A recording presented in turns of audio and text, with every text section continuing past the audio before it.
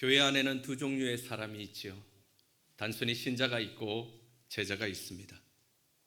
신자는 교회를 출석하면서 내 인생의 가치와 목적만을 위해 예수님이 필요한 사람들이에요. 내 성공을 위해, 내 행복을 위해 예수님이 좀 도와주시면 좋겠다, 그렇게 바라는 사람들, 우리는 그들을 신자라고 부릅니다. 반면에 제자가 있습니다. 제자는 예수의 영광을 위해서 내 삶을 드리고 내 인생을 드리는 사람들, 예수님을 드러내는 것이 내 인생의 목적이요, 그것이 내 인생의 행복이라고 생각하는 사람들, 우리는 그들을 제자라고 부릅니다. 최효석 동화 작가이자 목사님이 쓰신 신자와 제자라는 글이 있어요. 값싼 은혜를 생각하는 사람, 곧 쉽게 예수를 믿으려는 사람이 많을수록 교회는 그 의미를 상실한다. 그러나 제자가 되어 십자가를 지는 사람이 많을수록 교회는 하나님께 영광을 돌린다. 값싼 은혜를 생각하는 사람은 하나님을 쉽게 천당에 보내주는 할인 매장 주인쯤으로 생각한다. 그러나 예수는 나를 따라오려거든 내 소유를 포기하라며 비싼 대가를 요구하셨다. 신자는 열매가 빈약하고 제자는 풍성한 열매를 맺는다. 신자는 자기 영혼도 겨우 건지지만 제자는 그리스도를 영화롭게 한다. 신자는 그리스도인이라 불리는 것을 부끄러워하지만 제자는 큰 소리로 나는 그리스도인이라고 소리친다. 신자는 싼 값을 지불하며 살아갔지만 제자는 비싼 값을 치르며 산다. 신자는 빈 어깨로 천국에 가려 하지만 제자는 남의 십자가까지 지고 천국을 향한다. 신자는 혼자 기뻐하고 혼자 만족한다. 그러나 제자는 눈물과 기쁨을 이웃과 함께 나눈다. 예수님은 나를 존경하라, 나를 예배하라, 내게 영광 돌리라 말씀하지 않으시고 나를 따르라고 하셨다. 따른다고 하는 것은 예수님의 행동을 따라 실천하는 것이다. 예수처럼 나도 희생하고 예수처럼 나도 사랑하고 예수가 십자가를 지셨으니 나도 나의 십자가를 지고 예수를 따르는 것, 그것이 믿음이요, 그것이 바로 예수 사랑이다. 여러분, 우리 모두는 예수를 믿지요. 그러나 예수를 믿는데 다 똑같지 않습니다. 단순한 신자가 있고 진정한 제자가 있다는 거예요. 여러분, 우리는 한번 생각해 보았으면 좋겠습니다. 여러분들은 그냥 신자이십니까? 아니면 진짜 주님을 따르는 제자이십니까? 여러분들은 신앙의 길에서 어떤 길을 지금 걸어가고 계세요? 여러분, 오늘 본문의 이야기가 예수님이 걸어가신 그 비전의 길, 사명의 길에 관한 이야기예요. 사랑하는 성도 여러분, 오늘 말씀을 통해서 주님의 비전이 내 비전이 되고 주님의 사명이 나의 사명이 되는 우리 모든 홍익의 교우들 되시길 주님의 이름으로 축원합니다. 오늘 본문은 이 땅에서 주님의 사역이 무엇이었는지 먼저 우리에게 소개하고 있죠. 오늘 본문 35절입니다. 35절 우리 한 목소리로 같이 읽어보겠습니다. 예수께서 모든 도시와 마을에 두루 다니사 그들의 회당에서 가르치시며 천국 복음을 전파하시며 모든 병과 모든 약한 것을 고치시니라. 아멘. 예수님은 공생의 사역 동안 마을과 도시를 다니시며 복음을 증거하셨습니다. 우리는 여기에서 세상의 종교와 기독교의 차이를 발견하게 되지요. 여러분, 세상의 종교는 인간이 신을 찾아가는 종교예요. 반면에 기독교는 하나님이 죄인을 찾아오십니다. 하나님이 죄인을 위해서 이 땅에 오셨고요, 하나님이 이 땅에서 죄인을 찾아 두루 다니셨으며 하나님은 죄인들을 위해 십자가에서 죽으셨습니다. 오늘 본문에도 예수님은 작은 마을 큰 도시 가릴 것 없이 두루 죄인들을 찾아가셨고 그 죄인들을 위해 사역하셨다 말씀하고 있죠. 예수님이 두루 다니시면서 행하신 사역 세 가지를 오늘 본문은 소개하고 있는데 우리는 이것을 예수님의 삼중 사역이라고 부릅니다. 첫째, 예수님은 가르침의 사역을 감당하셨습니다. 예수님은 말씀을 풀어서 하나님 나라가 무엇인지, 당신이 오신 목적이 무엇인지 가르쳐 주셨습니다. 양육의 사역이지요. 예수님은 말씀이 육신이 되어 이 땅에 오신 분이십니다. 예수님께서 말씀을 주신다고 하는 것은 예수님 자신을 우리에게 주시는 거예요. 우리는 말씀을 배울 때 예수 그리스도가 우리 안에 임하는 것입니다. 그 예수님으로 인해서 우리의 죄가 떠나가고 하늘의 진리로 무장되는 것이죠. 두 번째는 복음 전파의 사역이었어요. 예수님이 우리에게 보여주시기 원하시는 천국 복음을 선포하시는 사역, 전도의 사역, 선교의 사역을 행하셨습니다. 성경에 보면 이 세상이 자기의 지혜로 하나님을 알지 못한다라고 말씀하고 있죠. 그래서 하나님은 전도에 미련한 것으로 그들을 구원하셨다 말씀하고 계십니다. 여러분, 세상이 보기에는 전도가 미련한 것이지만 하나님은 전도를 통해서 사람을 바꾸시고 세상을 변화시키셨습니다. 사람들은 요즘에 이야기하죠. 요즘 같은 세상에 전도가 되겠냐고, 무슨 선교를 하냐고 이야기들 합니다. 그러나 우리는 기억해야 됩니다. 하나님은 전도를 통해 세상을 변화시키셨습니다. 그래서 하나님이 이 땅에 몸으로 오셔서 몸소 전도 사역을 감당하신 거예요. 세 번째는 치유의 사역입니다. 예수님은 이 땅에서 많은 환자들을 치유하셨습니다. 육적인 병, 마음의 병을 치유하실 뿐만 아니라 귀신을 쫓아내시고 사람을 온전케 하시는 힐링 사역을 감당해 주셨어요. 우리는 지난 시간 마태복음 8장과 9장을 통해서 예수님의 치유 사역을 살펴보았죠. 나병 환자, 중풍병자, 두맹인, 농아인, 가다라의 귀신 들린 사람들까지 주님은 치유 사역을 통해서 하나님 나라가 온전한 자가 아니라 비록 연약한 자라 할지라도 믿음을 소유한 자들의 것임을 직접 말씀을 통해, 사역을 통해 보여주셨어요. 여러분, 그렇습니다. 오늘 본문 35절을 통해서 주시는 메시지는 하나님이 우리를 찾아오신 것처럼 우리 또한 세상을 향해 찾아가야 된다는 것입니다. 여러분, 요즘 우리가 살아가는 세상을 보십시오. 나라는 흔들리고 젊은 세대들은 소망을 잃고 교회는 영성이 약해졌습니다. 다음 세대는 비전이 사라졌어요. 이러한 세상에 우리가 복음을 들고 선포하고 그들을 가르치고 양육할 뿐만 아니라 약한 것, 악한 것을 예수의 이름으로 치유해야 하는 것입니다. 사랑하는 성도 여러분, 예수님의 이 삼중 사역이 우리의 사역이 될 때 삶의 현장에서 복음의 역사, 부흥의 역사가 우리 공동체 가운데, 우리 삶의 현장 가운데 임하게 될 줄로 믿습니다. 오늘 본문은 예수님의 삼중 사역을 소개한 다음에 예수님이 이렇게 사역하신 이유 두 가지를 우리에게 밝히 말씀하고 계세요. 오늘 본문 36절입니다. 36절 같이 읽어봅니다. 무리를 보시고 불쌍히 여기시니 이는 그들이 목자 없는 양과 같이 고생하며 기진함이라. 아멘. 첫째, 예수님께서 삼중 사역하신 이유, 무리를 보시고 불쌍히 여기셨기 때문이에요. 여기서 불쌍히 여기다라는 말은 헬라어로 스프랑크니조마이라고 하는 단어를 쓰는데 이 뜻을 풀어서 해석하면 단장의 아픔이라는 뜻이에요. 창자가 끊어지는 고통이라는 뜻입니다. 여러분, 우리는 인생을 살아갈 때 종종 이러한 큰 고통과 아픔을 느끼며 살 때가 있죠. 어머니와 단둘이 사는 어떤 청년이 있었어요. 어느 날 이 청년이 퇴근길에 뜻하지 않는 교통사고를 당합니다. 소식을 듣고 몹시 놀랐던 어머니가 병원에 달려오지만 그 청년은 불행하게도 두 눈을 실명하게 돼요. 멀쩡하던 두 눈을 한순간에 잃어버린 청년, 깊은 절망감에 너무 극심해서 마음의 문을 닫고 누구와도 대화를 하지 않았어요. 옆에서 그 모습을 지켜보던 어머니는 말 그대로 단장의 아픔, 막 가슴이 찢어졌어요. 그렇게 우울한 삶을 살던 이 청년에게 어느 날 기쁜 소식 하나가 전해집니다. 이름을 밝히지는 않았지만 누군가가 한쪽 눈을 기증한다는 거예요. 하지만 깊은 절망감에 빠졌던 이 청년은 그 사실조차 기쁘게 받아들이지 못합니다. 결국 어머니의 간곡한 부탁으로 한쪽 눈을 이식 수술을 받았고 그 청년은 수술 후에 한동안 붕대로 눈을 감고 침대에 누워서 지내야만 했어요. 그때도 청년은 자신을 간호하던 어머니에게 내가 어떻게 이 한쪽 눈만을 가지고 살아가냐고, 애꾸눈으로 평생 어떻게 사냐고 어머니에게 짜증을 내고 불평불만을 다 쏟아냈어요. 그럴 때마다 어머니는 그 청년을 위로하고 그 청년을 안아주었어요.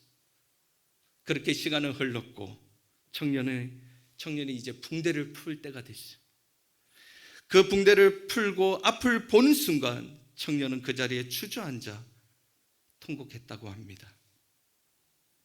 그의 앞에는 한쪽 눈만 가린 어머니가 애틋한 표정으로 아들을 바라보고 있었기 때문이에요. 어머니는 이야기합니다. 아들아, 내가 너에게 두 눈 다 주고 싶었는데 내가 이 두 눈 다 주면 또 너의 짐이 될까 봐 한쪽 눈만 줄 수밖에 없었다. 미안하다. 그러면 어머니도 통곡했다고 합니다. 여러분, 그렇습니다. 스프랑크 니조마의 자식을 향한 부모의 마음이에요. 예수님은 스프랑크 니조마의 마음 때문에 하늘의 보좌를 버리시고 이 땅에 오셨습니다. 예수님은 그 긍휼의 마음 때문에 병자를 고치시고 귀신을 쫓아내어 주셨습니다. 예수님은 불쌍히 여기는 그 마음 때문에 십자가에 죽으시고 저와 여러분들을 구원해 주셨습니다. 여러분, 우리가 세상을 향해 가져야 되는 마음, 바로 그 스프랑크 니조마이의 마음이라는 거예요. 가정에서 남편을 불쌍히 여기고 아내를 긍휼히 여기고 자식을 향해서 스프랑크 니조마이의 마음을 품을 때 가정의 치유가 일어나고 회복이 일어나고 사랑이 세워지는 거예요. 여러분, 공동체도 마찬가지죠. 성도들 사이에 그 긍휼의 마음, 불쌍히 여기는 마음으로 바라볼 때 우리 공동체 가운데 눈물의 기도가 부어지는 것입니다. 하늘의 위로가 임하는 것입니다. 축복의 역사가 우리 공동체에 회복되는 거예요. 사랑하는 성도 여러분, 저와 여러분 심령 가운데 스프랑크 니조마의 마음이 부어지기를 주님의 이름으로 축원합니다. 그래야 할 때 우리 가정과 교회와 우리 이웃과 열방이 하나님께 돌아오는 그 복된 소식이 우리 삶의 현장에 임하기를 주님의 이름으로 간절히 소망합니다. 두 번째, 예수님께서 삼중 사역하셨던 이유는 오늘 본문에 보니까 무리가 목자 없는 양같이 고생했기 때문이라고 말씀하고 계세요. 여러분, 양은 매우 약한 동물입니다. 제 몸을 보호할 무기가 전혀 없는 동물이 양이에요. 양은 날카로운 사자의 이빨도 없고 힘센 황소의 뿔도 없고 말처럼 뒷발질도 못하고 독수리처럼 날쌘 발톱도 갖고 있지 않습니다. 양은 시냇물 소리만 들어도 도망가는 겁 많은 동물이고 먹을 수 있는 목초와 먹지 못하는 독초조차 구분하지 못하는 어리석은 동물이며 매일 가던 길도 찾지 못하는 눈이 어두운 동물이에요. 이렇게 어리석고 연약한 짐승 양, 그들은 목자 없이 단 하루도 살 수 없습니다.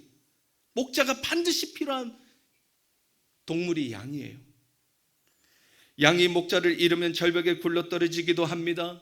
맹수의 밥이 되기도 하고 구덩이에 빠지면 나오지도 못하고 가시덤불에 온 살이 찢겨서 목숨을 잃기도 하죠. 그런데 오늘 본문에서 주님이 지금 무리를 보시고 목자 잃은 양과 같이 바라보셨다고 말씀하고 있는 거예요. 여러분, 주님이 우리의 목자 되어 주신다는 것입니다. 다윗은 시편 23편에서 노래합니다. 여호와는 나의 목자시니 내게 부족함이 없으리로다. 그가 나를 푸른 초장으로 인도하셨다고 찬양하고 있죠.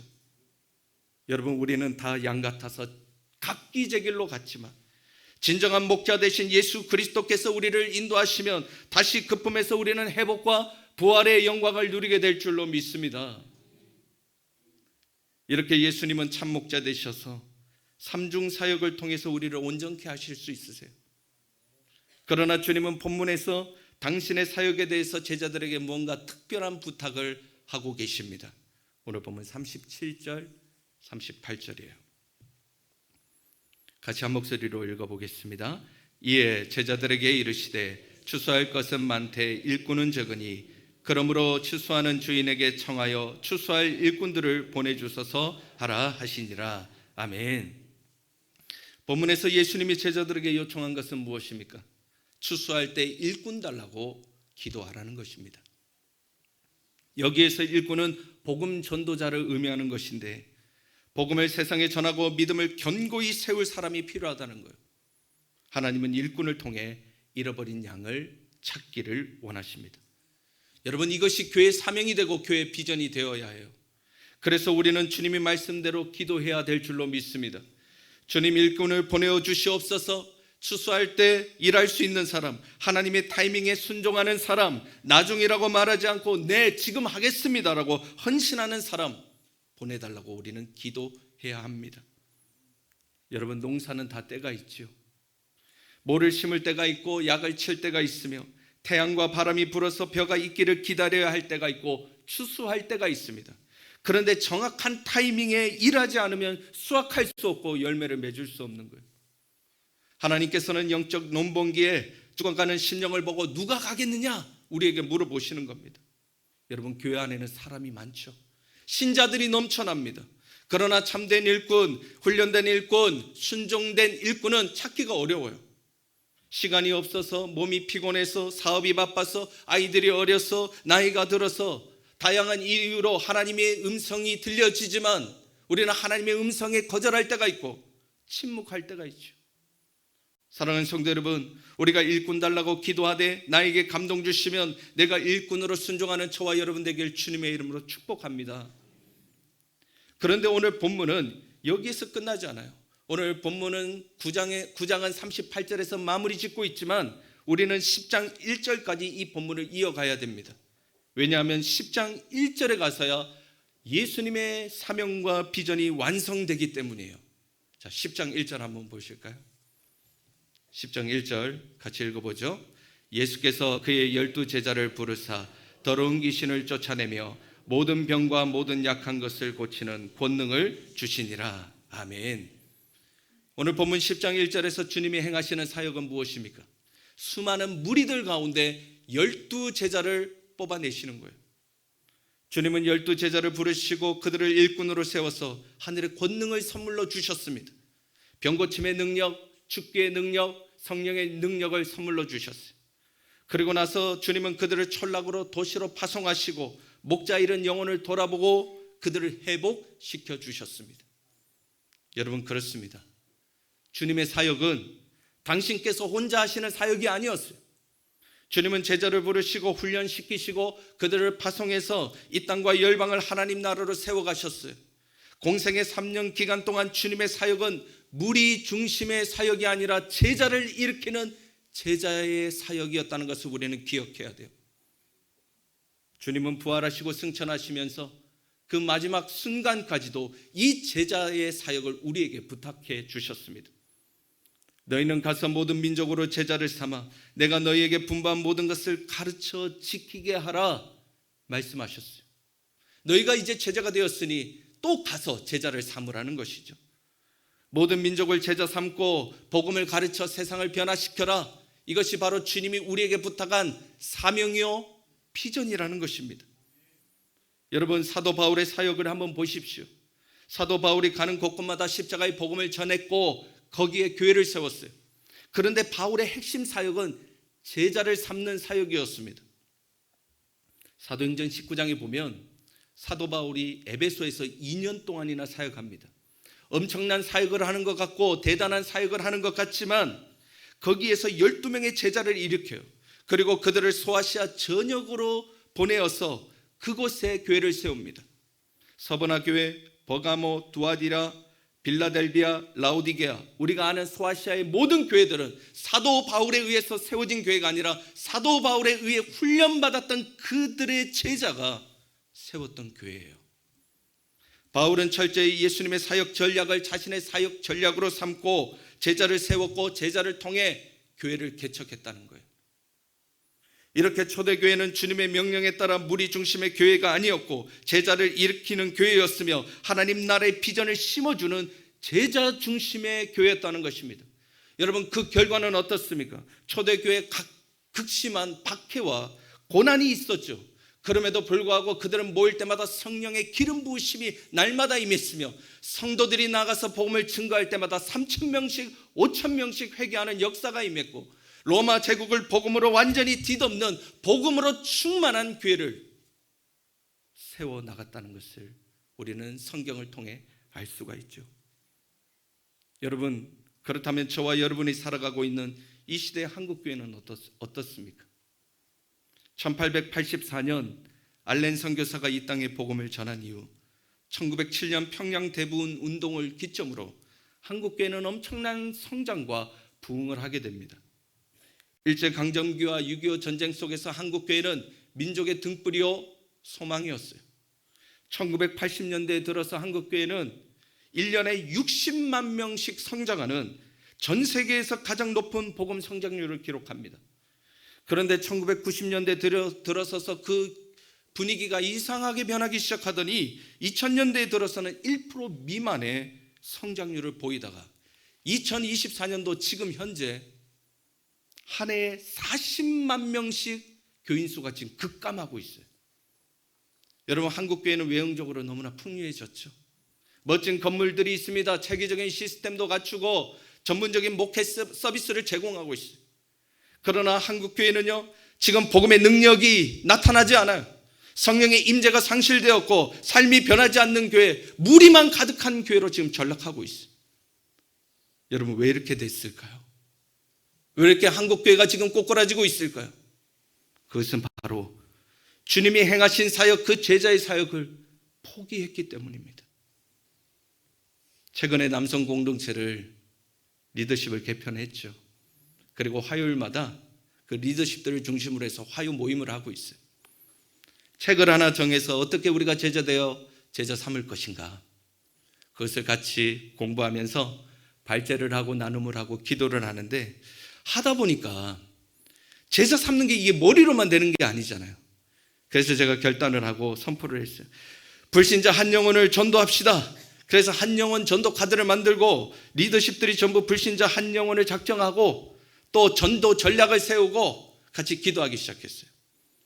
근데 제가 전도하자고 하니까 분위기가 하긴 해야 되는데 이게 되겠나 하는 이런 마음이 저에게 전해지는 거예요.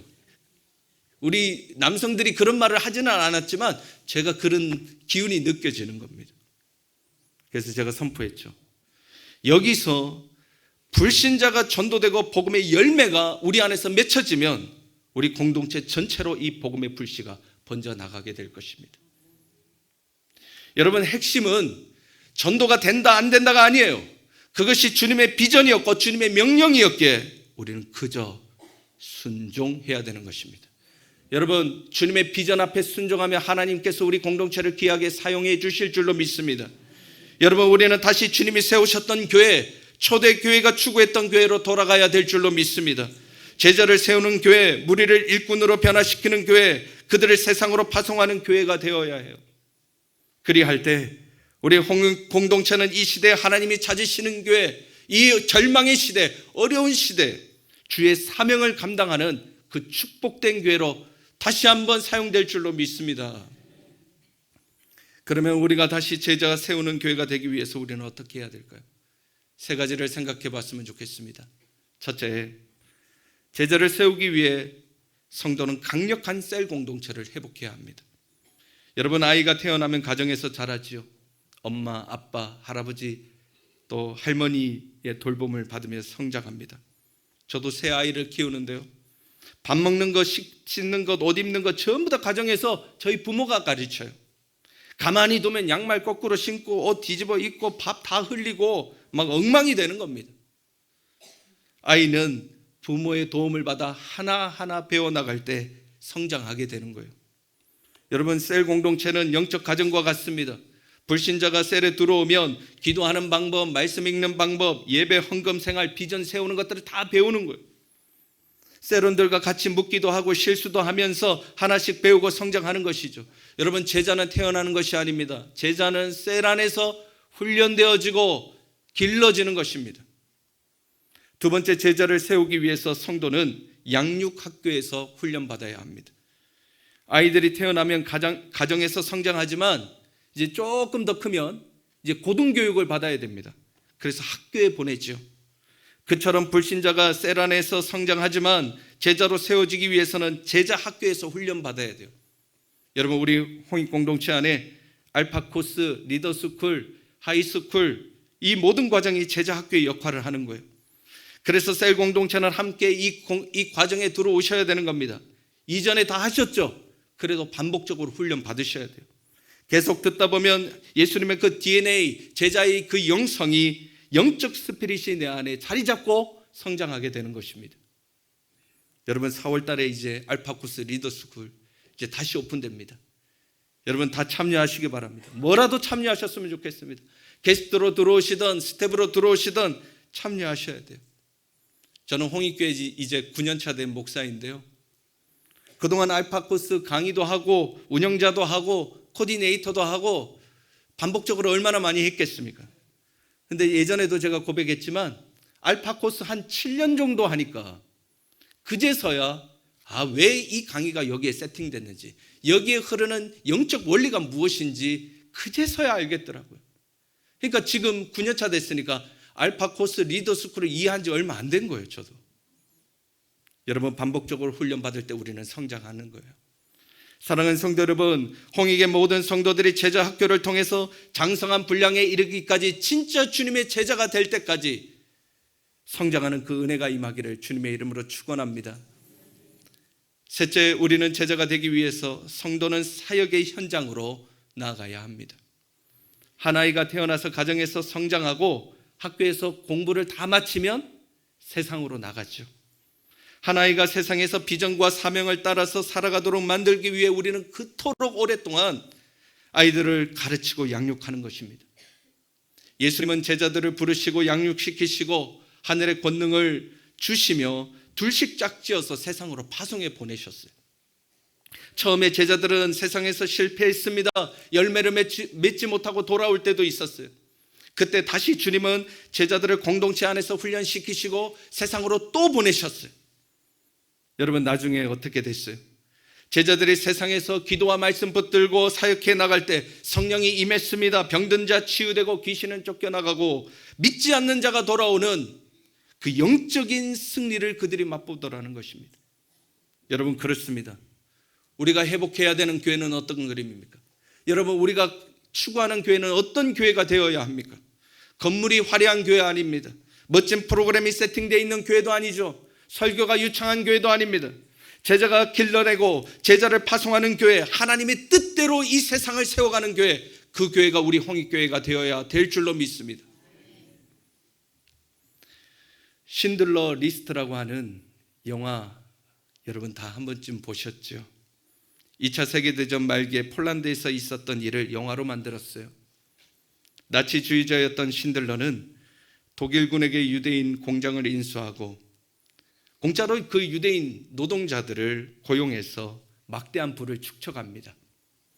그는 마땅히 유대인들은 다 죽어야 할 민족으로 생각했고 그들을 막 노예처럼 부려요.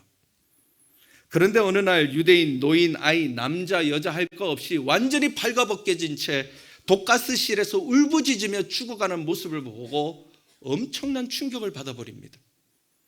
그 순간 그는 나치주의가 뭔가 잘못됐다고 느끼기 시작합니다. 그의 심경은 차츰 변해가고 결국 그는 유대인들을 구출하기로 결심을 해요. 그래서 독일군에게 뇌물을 주고 유대인들을 사서 그의 공장에 숨겨줍니다. 그렇게 해서 2차 세계대전 당시에 살아난 유대인들이 약 1100명이라고 해요. 영화의 끝장면에 보면 전쟁은 끝나고 독일은 망하고 생존한 유대인들이 자신을 살려준 신들러에게 감사 표현을 합니다. 신들러 사장님, 너무너무 감사했어요. 우리의 생명을 살려주셨던 그 은혜 우리가 평생 잊지 않고 살아가겠습니다. 그러자 신들러는 그들 앞에서 통곡하며 이렇게 대답을 하죠. 아닙니다. 내가 차고 있는 이 시계 팔았더라면 2명은 더 살릴 수가 있었고 내 손에 있는 이 가락지 팔았더라면 한 사람 더 살릴 수 있었는데 제가 그러지 못했습니다. 제가 그들을 살리지 못했습니다. 너무너무 죄송합니다. 그는 그렇게 펑펑 울면서 영화는 마무리가 되죠. 신들러에 의해서 생명을 건진 그 유대인의 자손이 지금 약 6,000명 정도 전 세계에 살아있다고 합니다. 그들은 스스로 우리는 신들러의 유대인이라고 말한다고 해요. 신들러는 2차 세계대전 당시에 1,100명을 구원했지만 사실상 그들의 자녀까지 지금 6,000명을 구원한 것이고 앞으로 자녀들이 더 많아지면 그 숫자는 점점 늘어나게 되겠죠. 여러분, 신들러가 아무런 상관도 없는 그 유대인들을 구원할 수 있었던 이유는 무엇입니까? 바로 스프랑크 니조마이, 그 단장의 아픔을 유대인들을 보고 느꼈기 때문이에요. 아비가 자식을 바라보는 그 긍휼의 마음이 신들러에게 부어졌기 때문에 그는 유대인을 구원한 것입니다. 자신의 재산을 다 팔아가면서 한 영혼을 구원하려고 몸부림쳤던 거예요. 여러분, 오늘 본문에서 예수님이 무리를 보실 때 그 스프랑크 니조마이, 그 단장의 마음으로 무리를 보셨다는 거예요. 그래서 그 영혼들을 죽음 가운데 내버려두지 않고, 그냥 신자로 버려두지 않고 그들을 제자로 부르시고 그들을 하나님 나라의 일꾼으로 세우셨다고 말씀하고 계십니다. 사랑하는 성도 여러분, 그 스프랑크 니조마이의 마음이 오늘 이 예배 가운데 저와 여러분의 심령 가운데 부어지길 주님의 이름으로 축원합니다. 그리할 때 이 땅의 무리들을 제자로 세우고 치유하며 다시 그들을 통하여 이 세상을 구원하는 우리 홍익교회가 되었으면 진짜 좋겠습니다. 사랑하는 성도 여러분, 주님의 비전이 내 비전이 되고 주님의 사명이 나의 사명이 되는 그 은혜의 역사가 저와 여러분의 삶의 현장 가운데 부어지길 주님의 이름으로 축원합니다. 기도하겠습니다. 하나님 아버지, 참으로 감사합니다. 이 고난주간을 맞이하며 주님, 왜 이 땅에 오셔서 십자가에 죽으셨습니까? 왜 나를 그렇게 살려주셨습니까? 하나님, 오늘 본문의 말씀에 의하면 스프랑크 니조마이, 단장이 끊어지는 그 아픔으로 우리를 바라보셨기 때문이라고 주님 말씀해 주셨죠.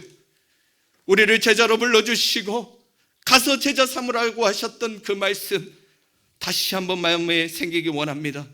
주님이 부르시는데 우리는 그 부르심의 음성 앞에 어떻게 반응하고 있습니까?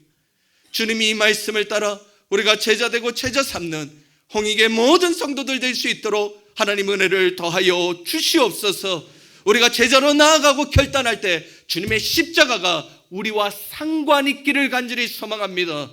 그 은혜가 이번 한 주간 우리 홍익의 모든 식구들 가운데 흘러넘치게 하여 주옵소서.